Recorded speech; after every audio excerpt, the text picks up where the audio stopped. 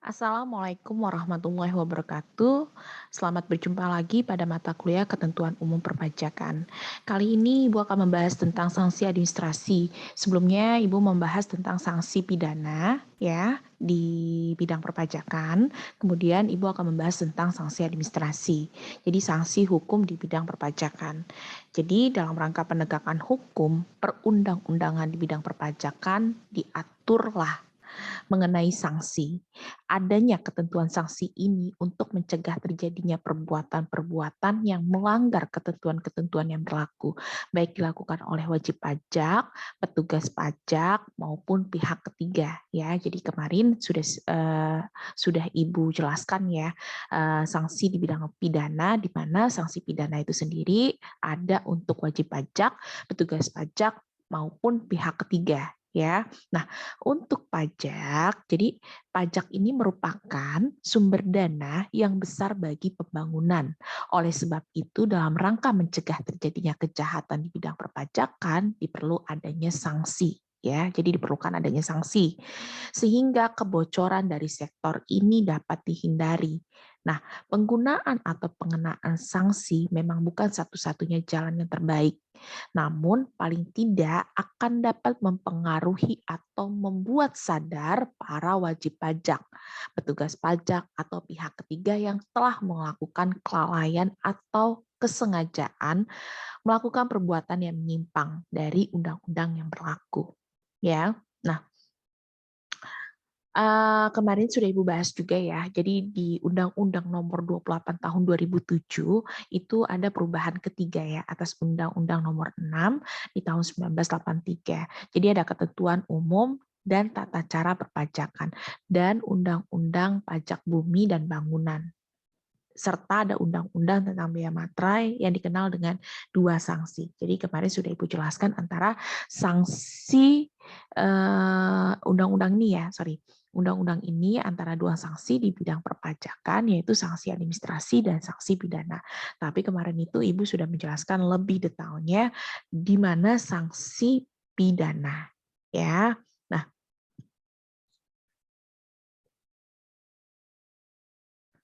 oke. Jadi untuk sanksi administrasi untuk sanksi administrasi ini merupakan sejumlah pembayaran kerugian berupa uang kepada negara. Ada 3 macam sanksi administrasi perpajakan yang dapat dikenakan terhadap wajib pajak sesuai dengan Undang-Undang Perpajakan, yakni dalam bentuk denda, bunga, dan kenaikan pajak. Ya. Nah, kita akan mulai dari yang sanksi pertama yaitu denda administrasi. Ini harus kalian pahami ya. Untuk denda administrasi ini ada 3 ya, yang kita bahas ini. Yang pertama yang A, bila suatu pemberitahuan SPT tidak disampaikan atau disampaikan tidak sesuai dengan waktu yang ditentukan, yaitu yang pertama, untuk surat pemberitahuan SPT masa itu bulanan ya, Oktober, November, Desember, ya seperti itu SPT masa. Selambat-lambatnya 20 hari setelah akhir masa pajak. Oke, nah untuk yang kedua itu untuk surat pemberitahuan SPT tahunan. Nah, untuk SPT tahunan itu sendiri, surat pemberitahuan SPT tahunan selambat-lambatnya 3 bulan setelah akhir tahun pajak. Artinya kalau misalnya tahunan untuk orang pribadi, dia itu jatuhnya di bulan Maret ya. Sorry, iya ya, di bulan Maret, akhir bulan Maret. Oke. Nah, untuk yang badan, yang ketiga, untuk surat pemberitahuan SPT tahunan pajak, penghasilan wajib pajak badan, paling lama 4 bulan setelah akhir tahun pajak. Nah, ini yang di bulan Maret, akhir bulan Maret. Ya, nah terhadap hal tersebut dikenakan sanksi administrasi berupa denda sebesar 500.000 untuk SPT masa pajak pertambahan nilai. Ingat, PPN itu denda administrasinya 500.000 SPT masanya, 100.000 untuk SPT masa lainnya, ya orang pribadi. Kemudian 1 juta untuk SPT tahunan pajak penghasilan wajib pajak badan, ya itu 1 juta. Untuk SPT tahunan pajak penghasilan, ya. Nah untuk yang SPT tahunan orang pribadi itu 100.000, ya. Itu ada di pasal 7 Undang-Undang Nomor 28 Tahun 2007. Paham ya di sini? Kemudian yang B, Itu bisa kita lihat wajib pajak dapat membetulkan SPT atau atas kemauan sendiri dengan menyampaikan pernyataan tertulis sesudah masa pajak atau tahun pajak terakhir dengan syarat Direktur Jenderal Pajak atau DJP belum melakukan penyelidikan.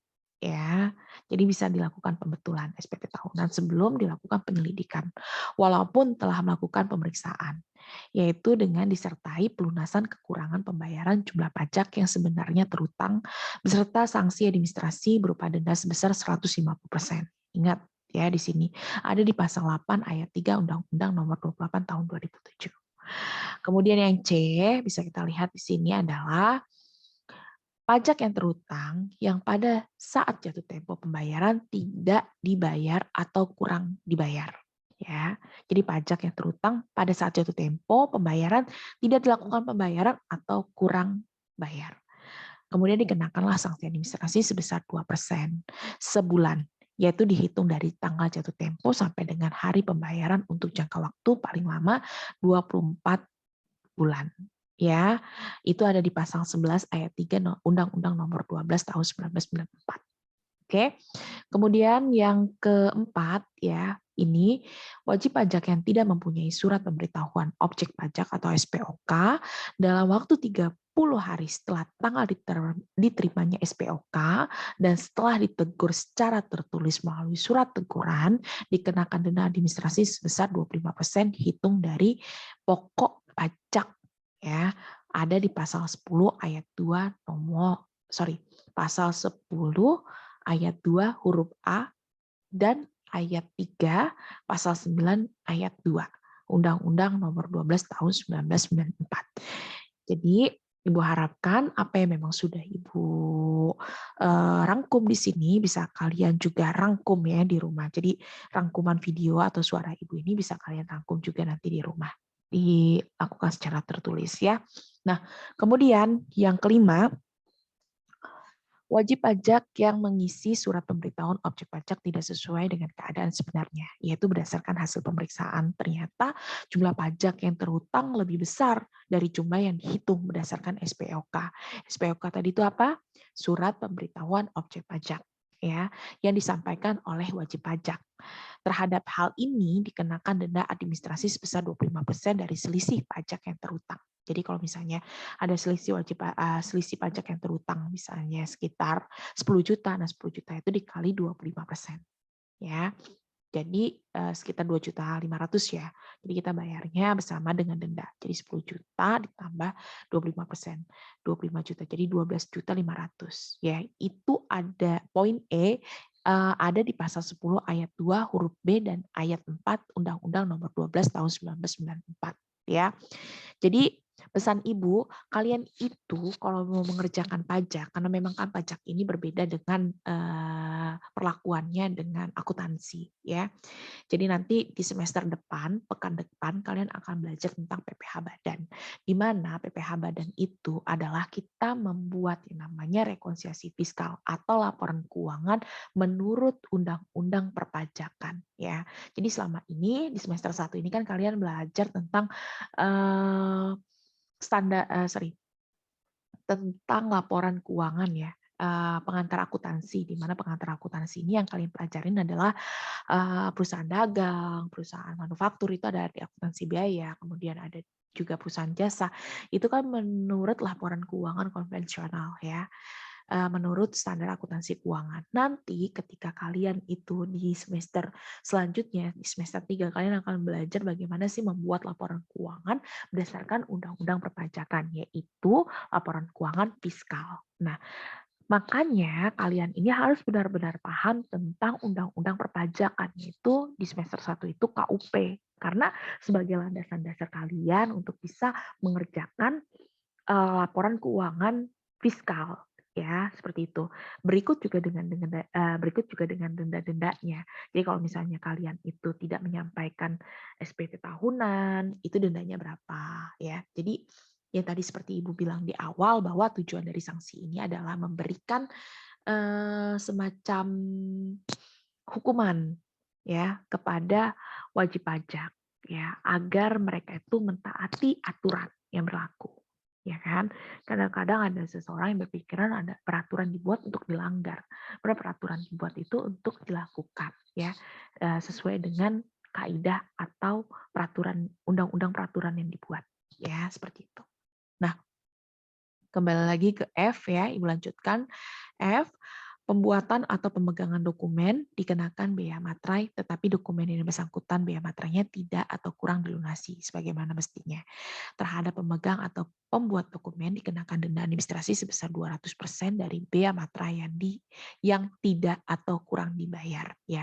Jadi kalau misalnya bea materai itu harganya 10.000, berarti kalau dikali 200% luar biasa tuh besarnya. Sekarang kan undang-undang yang terbaru itu untuk bea materai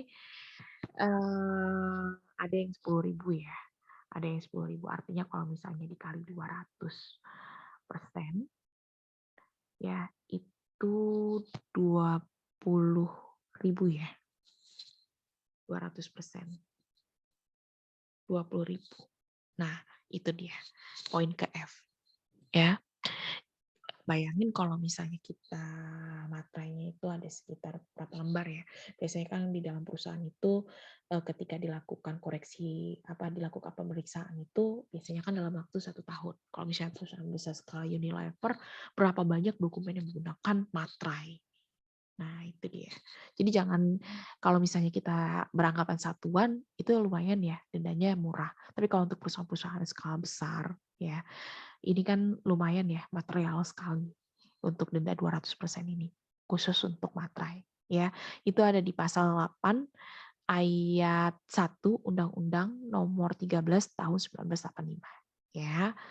Oke, untuk yang denda administrasi poin pertama ini sudah Ibu jelaskan, kemudian Ibu akan jelaskan untuk poin sanksi administrasi berupa bunga. Nah, untuk yang pertama bisa kita lihat di sini wajib pajak yang pembayaran pajaknya tidak sesuai dengan ketentuan atau terlambat dibayar dikenakan sanksi administrasi berupa bunga sebesar 2% per bulan ya. Jadi kalau misalnya kalian itu terlambat untuk menyampaikan SPT masanya, selain didenda, kalian juga dikenakan sanksi administrasi berupa bunga.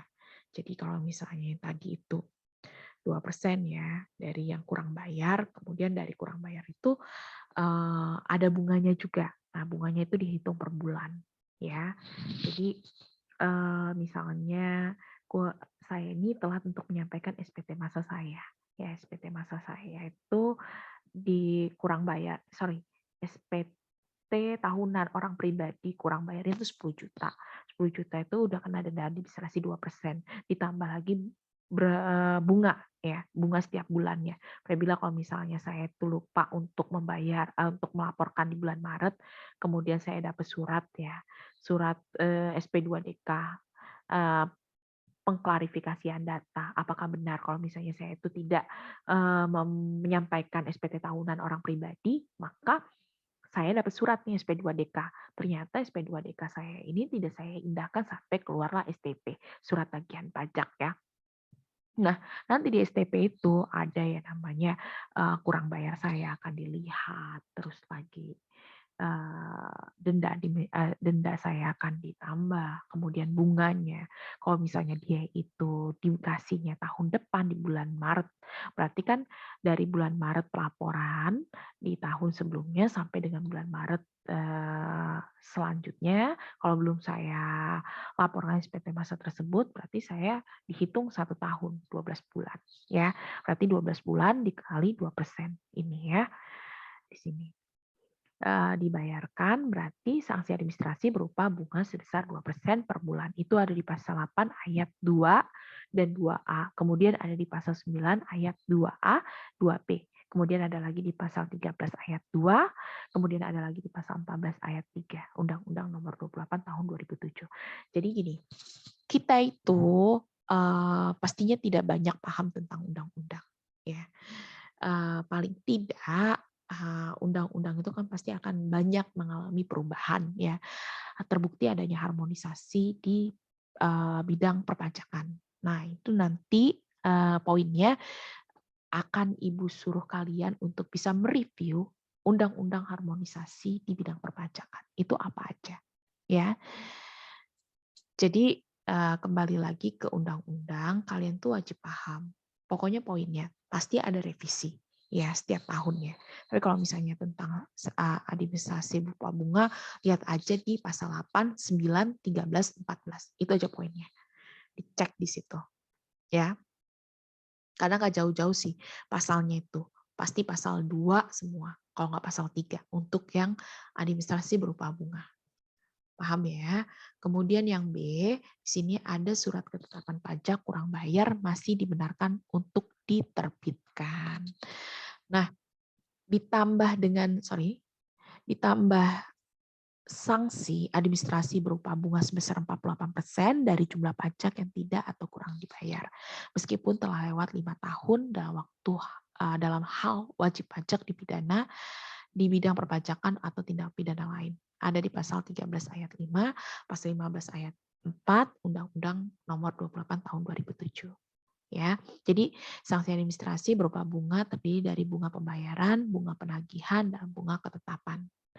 Nah, bunga pembayaran adalah bunga karena melakukan pembayaran pajak tidak pada waktunya.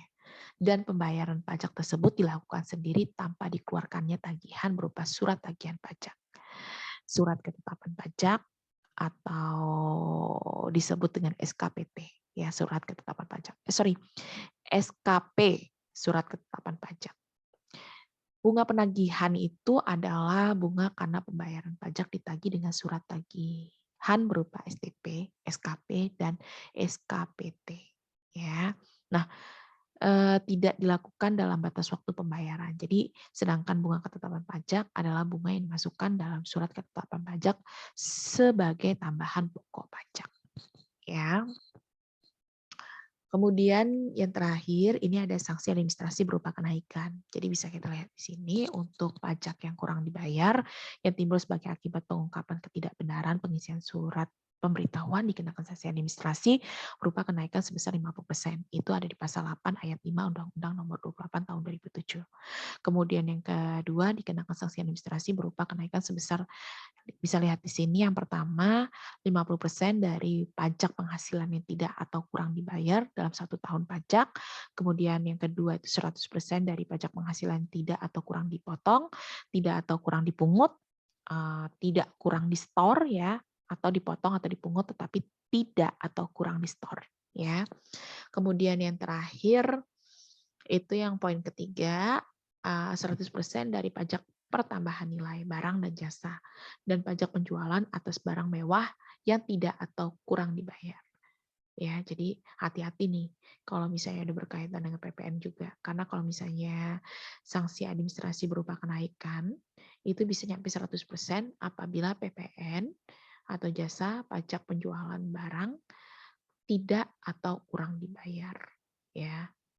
Nah, hal ini diatur dalam pasal 13 ayat 3 Undang-Undang Nomor 28 Tahun 2007. Oke, dan yang terakhir ini poin C. Nah, untuk poin C itu sendiri, saya lihat di sini dikenakan sanksi administrasi berupa kenaikan sebesar 100% dari jumlah kekurangan pajak yang terutang dalam surat ketetapan pajak kurang bayar tambahan. Itu ada di pasal 15 ayat 2 Undang-Undang Nomor 28 Tahun 2007 ya. Nah, sanksi administrasi yang berupa denda, bunga, dan kenaikan lebih ditekankan untuk kepentingan negara yang bersifat ekonomi, yakni supaya pendapatan negara dari sektor pajak dapat meningkat. Bila penerapan sanksi administrasi yang diatur dalam pasal Undang-Undang Perpajakan yang Ibu sebutkan tadi belum efektif, maka penagihan dapat dilakukan berdasarkan Undang-Undang Nomor 19 Tahun 2000 tentang perubahan ya atas Undang-Undang Nomor 19 Tahun 1997 ya. Nah, bila wajib pajak keberatan terhadap besarnya sanksi administrasi yang tercantum pada surat tagihan pajak atau STP sebelum surat paksa diterbitkan, maka dapat mengajukan keberatan kepada DJP. Hal ini memang tidak secara tegas dinyatakan pada pasal 25 Undang-Undang Nomor 28 Tahun 2007 tentang KUP atau ketentuan umum dan tata cara perpajakan. Dalam pasal 25 ayat 1 disebutkan atau dinyatakan bahwa wajib pajak dapat mengajukan keberatan hanya kepada DJP atas suatu surat ketetapan pajak kurang bayar, surat ketetapan pajak kurang bayar tambahan, surat ketetapan pajak nihil, surat ketetapan pajak lebih bayar, pemotongan atau pemungutan pajak oleh pihak ketiga berdasarkan ketentuan peraturan perundang-undangan perpajakan. Jadi itu saja penjelasan Ibu mengenai sanksi administrasi di bidang perpajakan. Nanti Ibu minta kalian untuk dapat melakukan rangkuman ya, melaksanakan rangkuman dari materi sanksi administrasi perpajakan ini. Oke, wabillahi taufiq wal hidayah. Wassalamualaikum warahmatullahi wabarakatuh.